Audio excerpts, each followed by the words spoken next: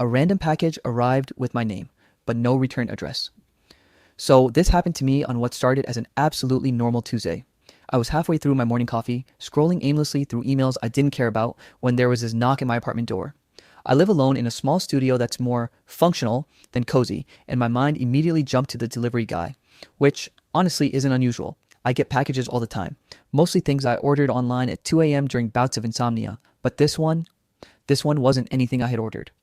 I opened the door and there it was, a small rectangular package sitting on my doormat. No return address, no logo, no barcode that looked familiar, nothing. Just a plain cardboard box. The kind you'd see in old detective movies, like someone had gone out of their way to make it look anonymous. The handwriting on it was neat but off. Almost like someone had written it with care, but there was an old-fashioned slant to the letters. Something you don't see on modern packages. And my name, my full name, exactly right. As if the person knew every detail about me. I picked it up and immediately noticed it was heavier than it looked. Not too heavy, just dense. Like there was something important inside. And honestly, my stomach dropped. Not in a yay, a gift way, but in that weird, uneasy, this isn't normal way. I had this fleeting thought, almost like a whisper in my brain, that maybe I shouldn't open it. But curiosity won, like it always does.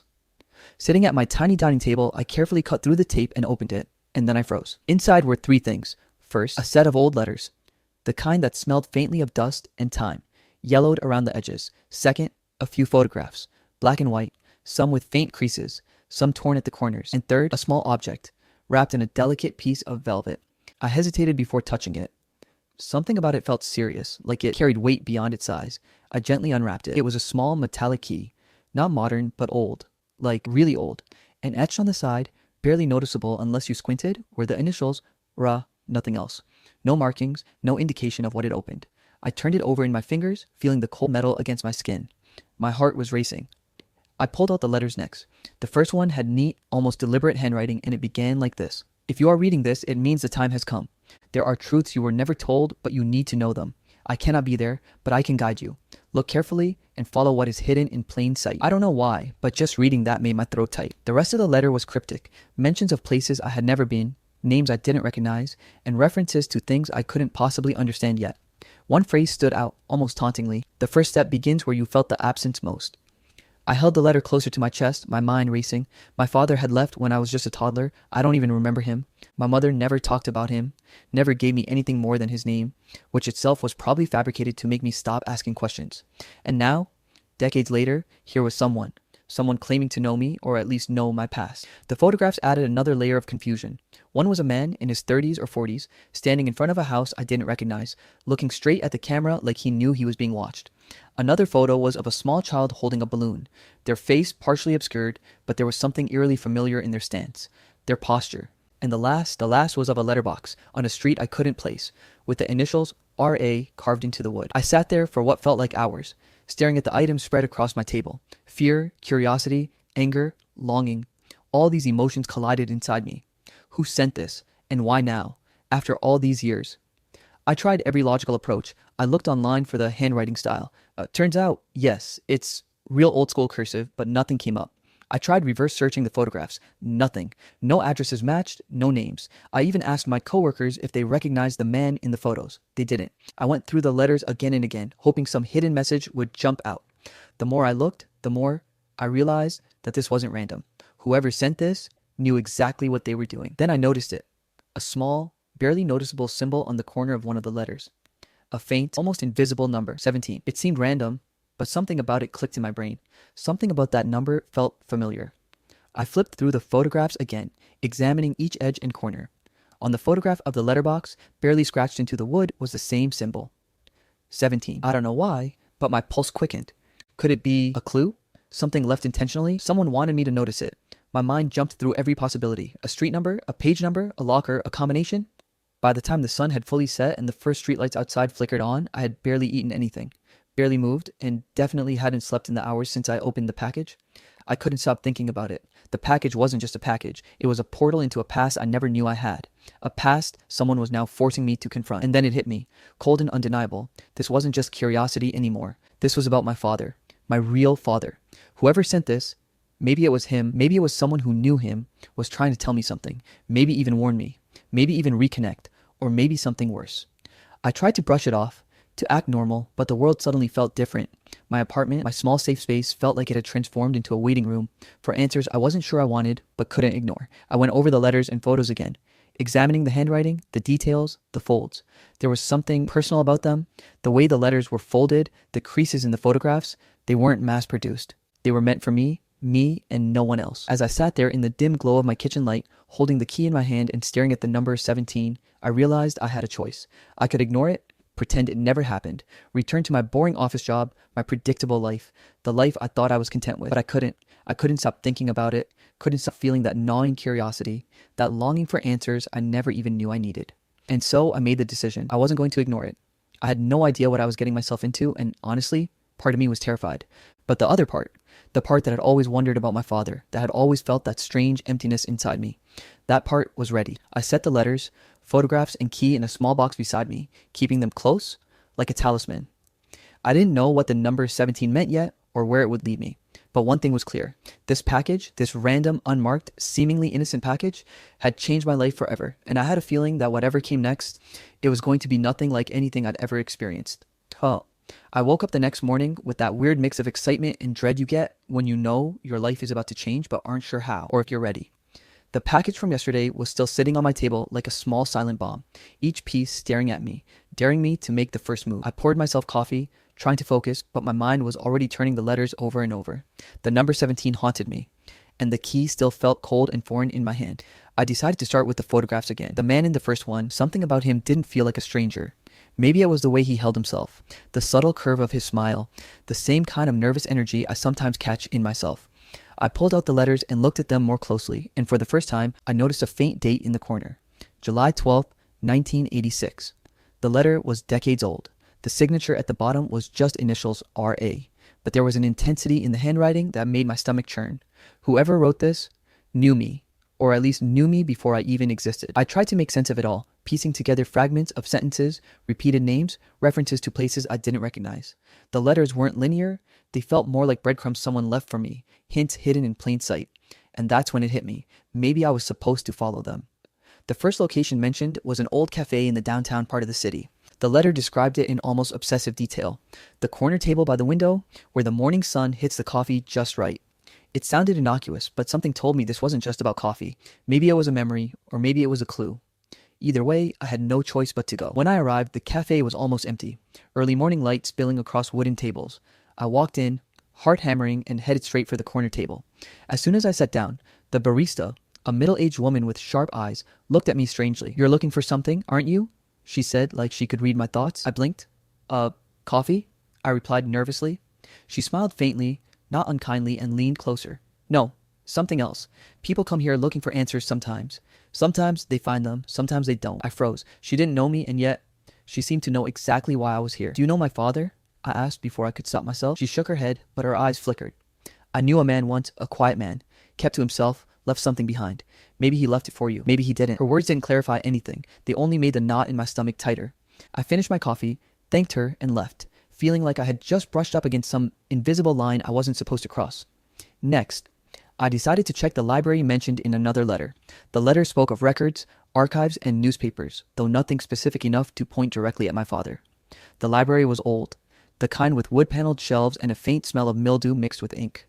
I spent hours combing through microfilm records, old newspaper clippings, anything with names, dates, or locations that could relate to R.A. That's when I first noticed the feeling like I was being watched.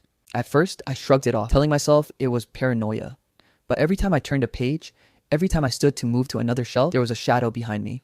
Sometimes a stranger lingered too long near the reference desk. Nothing overt, just enough to make me aware. Someone was following my trail. It wasn't long before my phone buzzed with a new message. "Stop digging or you'll regret it. Some truths are better left buried." I stared at the screen, the letters blurring before my eyes. The message had no number, no identifier, just the text. My pulse shot up.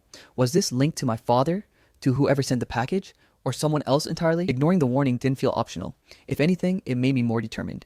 My curiosity had become obsession, and I knew I had to follow every lead. The next clue took me to a small remote town, a 2-hour drive from the city, mentioned in a letter about the house where shadows linger. I rented a car and set off, the city shrinking behind me, the letters and photographs my only guide. The town was sleepy, quiet, and almost picturesque. But there was an undercurrent of tension. The locals eyed me suspiciously as I asked questions about old families, people who had left long ago, and the initials RRA. Most either didn't remember or pretended not to, but a few offered cryptic hints. Some things are best left forgotten. He was a good man, but trouble seemed to follow him. Maybe he's closer than you think. Or maybe he never wanted to be found. I spent the day wandering the streets, feeling like I was stepping through the past, through fragments of a life I wasn't meant to know. And then, near the edge of town, I found it. A small, weathered mailbox with the initials RA carved into it. My heart raced. This had to be the connection. I took a photograph, my hands shaking, and noticed something odd. Carved just beneath the initials, almost hidden by dirt and age, was that same number again. 17. It was everywhere now. The number that had first appeared on the photograph in the package. I knew, without a doubt, that someone had been leaving these breadcrumbs for me all along. Someone who wanted me to find them. Or maybe someone testing me. Either way, it confirmed that the letters weren't random. They were part of a larger plan. By the time I returned to my apartment, it was dark, and the creeping sense of unease had grown heavier. I was checking my phone compulsively, half expecting another message, and sure enough, one appeared. You're closer than you think. Keep going, but trust no one. That message changed everything. It wasn't a warning anymore, it was confirmation. Someone was orchestrating all of this, and whatever truth awaited me about my father, it wasn't going to be simple. I sat at my table, the letters and photographs sprawled before me once again. I felt the weight of the past pressing down, but also a spark of something I hadn't felt in years. Hope. If these breadcrumbs led to my father, then maybe, finally, I would understand who I was, where I came from, and why my life had always felt incomplete. And then I realized the most important thing. The letters weren't just about the past. They were about the present, about me. Whoever sent them had expected me to act, to follow the trail, to piece together fragments of a life I'd never known. And if I was going to find answers, I couldn't hesitate. I couldn't doubt myself. I made a silent promise to myself. I would follow every clue, visit every place, and uncover every secret to us, no matter the cost. The shadows were growing longer, and the breadcrumbs were leading me somewhere. I didn't know where yet, but I had the unnerving feeling that, by the end of this, nothing would ever be the same. I thought the day I found the mailbox with RA carved into it, and that damn number 17 hidden beneath, was the peak of my bizarre week. I thought the letters, the photographs, the key, and those cryptic messages were as strange as things could get. I was wrong. I was so wrong. It started with a ping on my phone.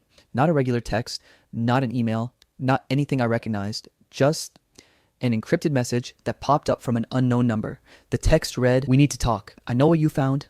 I know what you're looking for. If you want answers, meet me at the coordinates attached. Come alone." Attached was a set of GPS coordinates. My gut twisted.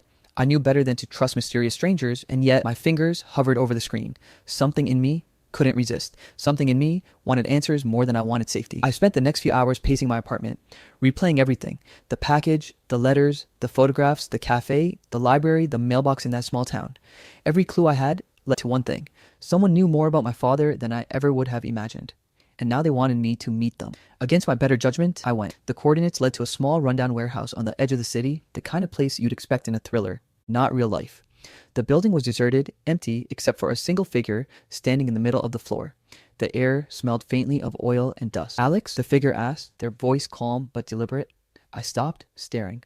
The stranger was neither threatening nor overly friendly, just there, observing me like a predator studying its prey. "Yes, that's me," I replied, my voice shaking more than I wanted to admit. They nodded. "Good.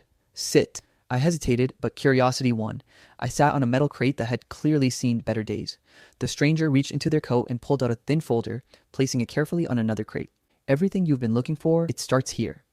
I opened the folder. Inside were more photographs, letters, and clippings, but these were different. These were older, sometimes torn, sometimes folded in ways that suggested someone had kept them hidden for decades. The handwriting on some of the letters looked familiar. "R.A." The stranger leaned back, watching me as I flipped through the documents. "Your father, he lived a complicated life. Not the ordinary life you were told he had. He had enemies. He made choices that, well, let's just say he didn't want to put you in danger. That's why you were hidden." I froze. "Hidden? You mean my mom? She never..." "They did what they thought was best. But the truth doesn't change, Alex. You deserve to know." And then came the flashbacks. Not real memories. I never had memories of him, but fragmented images from the letters and photographs jumped into my mind. A man, tall, strong, but always with that tension in his eyes, standing on the edge of a dock, looking at a river like it held secrets he could never voice. A small house, curtains drawn, a child left inside, safe but unaware of the world outside. Letters sent in secrecy, photographs hidden in drawers, a key like the one you now hold. All snapshots of a life I'd never lived but had been connected to in ways I didn't understand until now. I started, my throat tight. Why didn't he just tell me? Why all the secrecy? The stranger's eyes softened just a fraction. He wanted to. He loved you. But there were people, dangerous people, people who would have used you against him.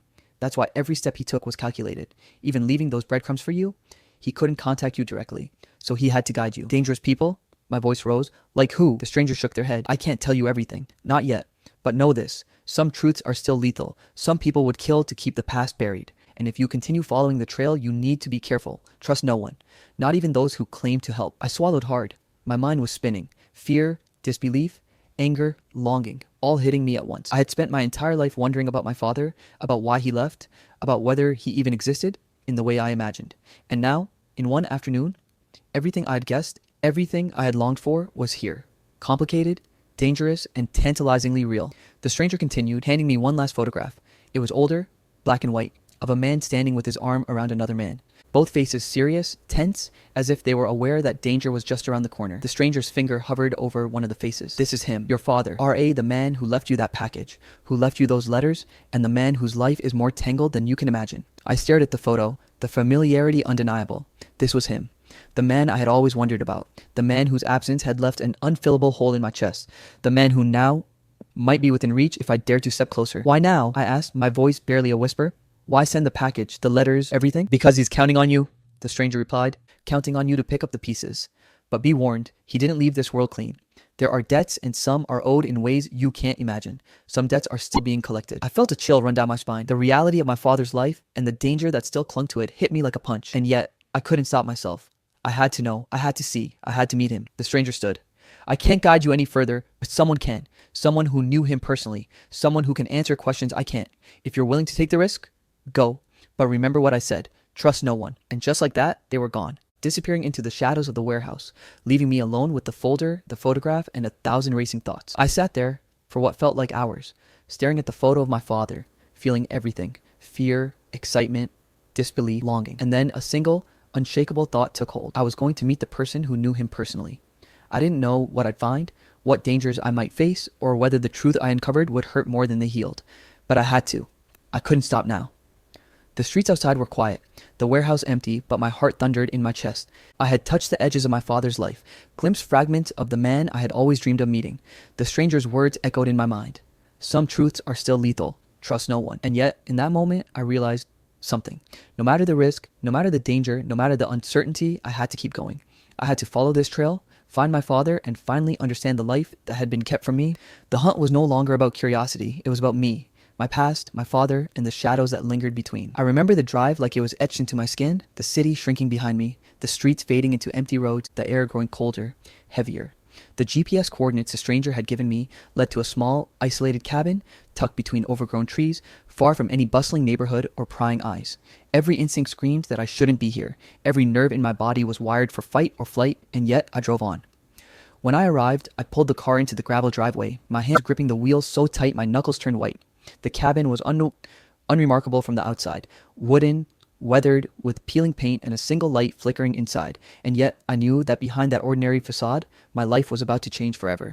I stepped out, my boots crunching against the gravel. I had the folder, the letters, the photographs, and the key in my backpack.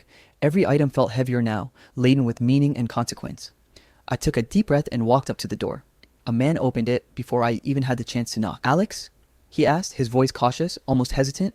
He was older, maybe in his late 50s, with a lined face and eyes that carried a lifetime of regret. "Yes," I said, my voice trembling slightly. You knew my father?" He nodded slowly. "I knew him better than anyone, and I knew you'd be coming one day." I swallowed hard. "Why? Why now? Why me?" "Because it's time you knew the truth, and because your father, he left things unfinished. He made choices to protect you, choices he couldn't explain until you were ready, and now you are." He led me inside. The cabin smelled faintly of wood polish and old books, and the walls were lined with photographs, maps, and papers, some pinned, some tacked with thumbtacks.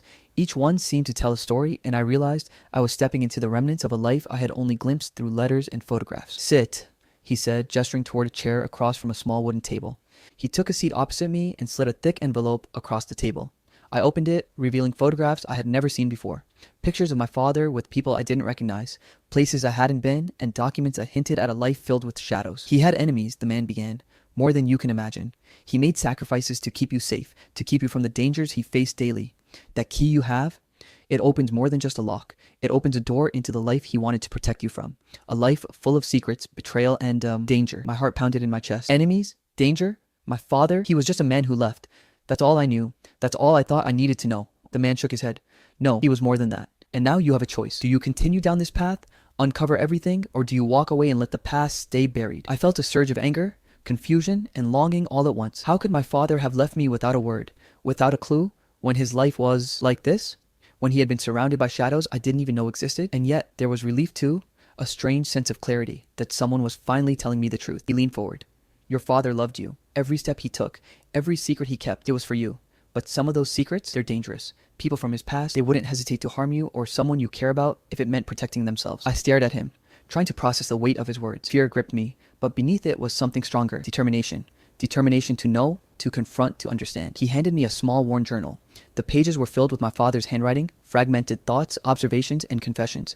Reading it felt like stepping into his mind, seeing the world through his eyes, feeling the burden he carried every single day. There were entries about people watching him, threats he faced, alliances made and broken, and moments of pure vulnerability where he wrote about me, about the daughter he loved but couldn't protect. Every word hit me like a punch. Anger at being kept in the dark, sorrow for the father I never knew, and an overwhelming longing to meet him and understand everything. And then the moral dilemma hit me. Some of the entries mentioned a figure, someone still active, someone who would do anything to maintain control over the past, a dangerous presence that could reach me at any time. My chest tightened. I had to decide, pursue the truth and risk it all, or turn back and live with ignorance. I clenched the key in my hand. It felt heavier now, a symbol of the path I was choosing. I realized that pursuing my father, uncovering his secrets, and understanding the life he led meant accepting the risks, accepting the danger, and stepping fully into a reality I had never imagined. The man watched me, waiting for my decision. I took a deep breath. I need to find him, I said. I need to know everything, no matter what it takes. He nodded as if he had expected nothing less. Then you must be careful, Alex. The road ahead is treacherous, but it's the only way you'll understand why you were hidden, why he made the choices he did, and why he loved you enough to protect you from the shadows he couldn't escape. For the first time, I felt a strange mixture of fear, courage, and clarity. I understood why I had been kept away, why my life had been ordinary, while his was extraordinary and dangerous. And I understood something even more profound. Confronting the past wasn't just about my father. It was about understanding myself, my identity, and my place in a world I had never known existed. As I left the cabin that night, the cool air hitting my face, I knew one thing with certainty. I wasn't walking away. I wasn't turning back. The shadows from my father's life would follow me, the dangers would rise, but I had made my choice. I was going to pursue him, confront the truth, and uncover the life that had been kept from me all these years. And as the moonlight glinted off the key in my pocket, I realized that every breadcrumb, every cryptic letter, every photograph, and every warning had led me here, to the edge of understanding, to the brink of revelation, and to the decision that would change my life forever. Whatever awaited me next, I was ready to face it. The drive to the location the stranger had given me felt endless. Every mile I drove, my mind replayed the past weeks, the package, the letters, the photographs, the key, the shadows, the stranger's warnings, and every cryptic breadcrumb that had led me here. I could feel the tension coiling in my chest, tight and insistent. This wasn't just about curiosity anymore. This was about answers, about the man who had created my world in absence, my father, and why everything in my life had felt incomplete. The GPS guided me to a remote house hidden behind overgrown trees with a faint smoke curling from a chimney. It was quiet, too quiet, but for some reason it felt familiar. My father's presence, or at least the echo of it, seemed to hang in the air. I parked the car, my hands trembling as I stepped out, gripping the key I had carried with me since the day the mysterious package arrived. The same key that had felt heavy with secrets now felt like a lifeline. I approached the front door slowly, every step deliberate. The wood creaked beneath my feet and my breath caught when the door opened. Alex, the voice was older than I expected, deeper and yet unmistakably familiar. My father, my real father, stood there, framed by the dim light of the hallway.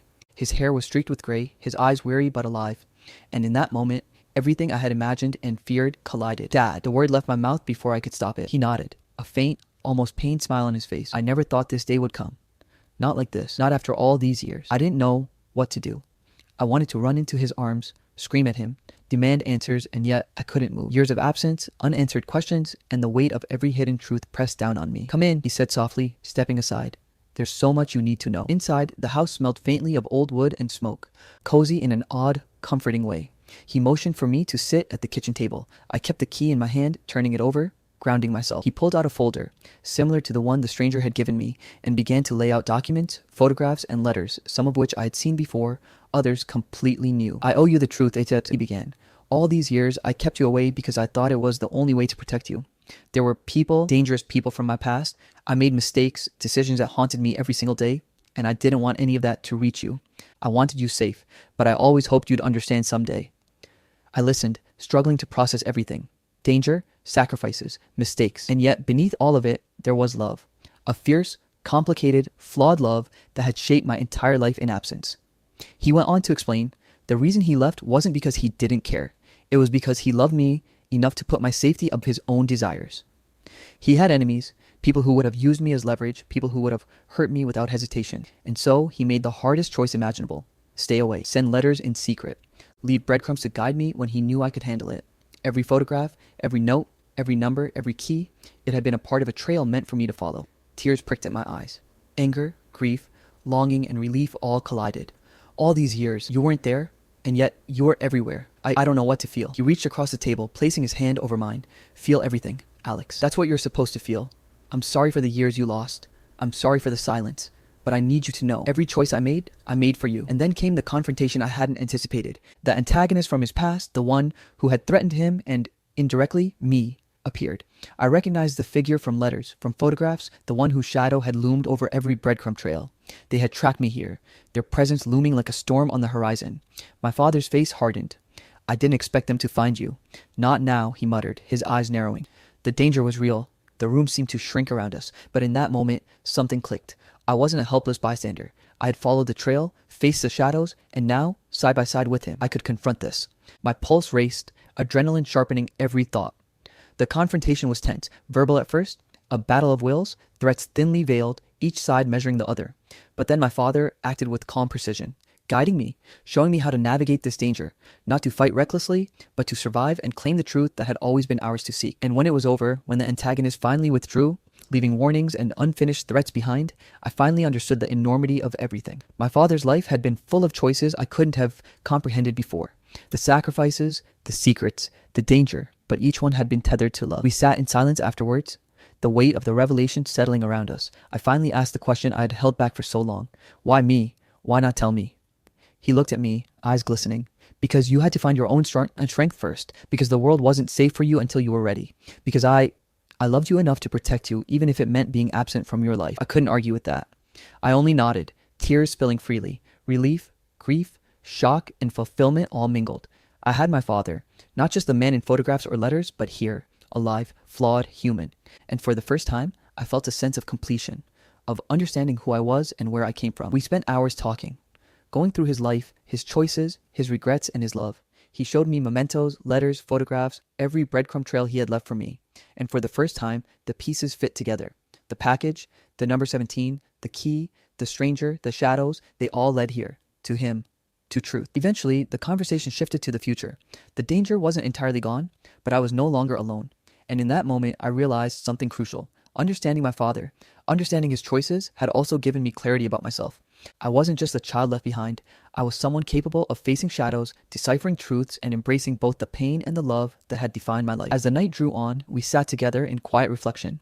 I knew there were still challenges ahead, unfinished threads, secrets yet to be uncovered, but I also knew that the journey had given me something priceless: closure, identity, and connection. And when I finally left that cabin, stepping into the cold night, the key still warm in my pocket, I felt it. The weight of the past, the presence of my father, and the thrill of discovery had all merged into a sense of peace I had never thought possible. The story of my father, my life, and the package that started it all wasn't neat or simple. It was jagged, full of shadows, and dangerous, but it was mine, and I carried it forward.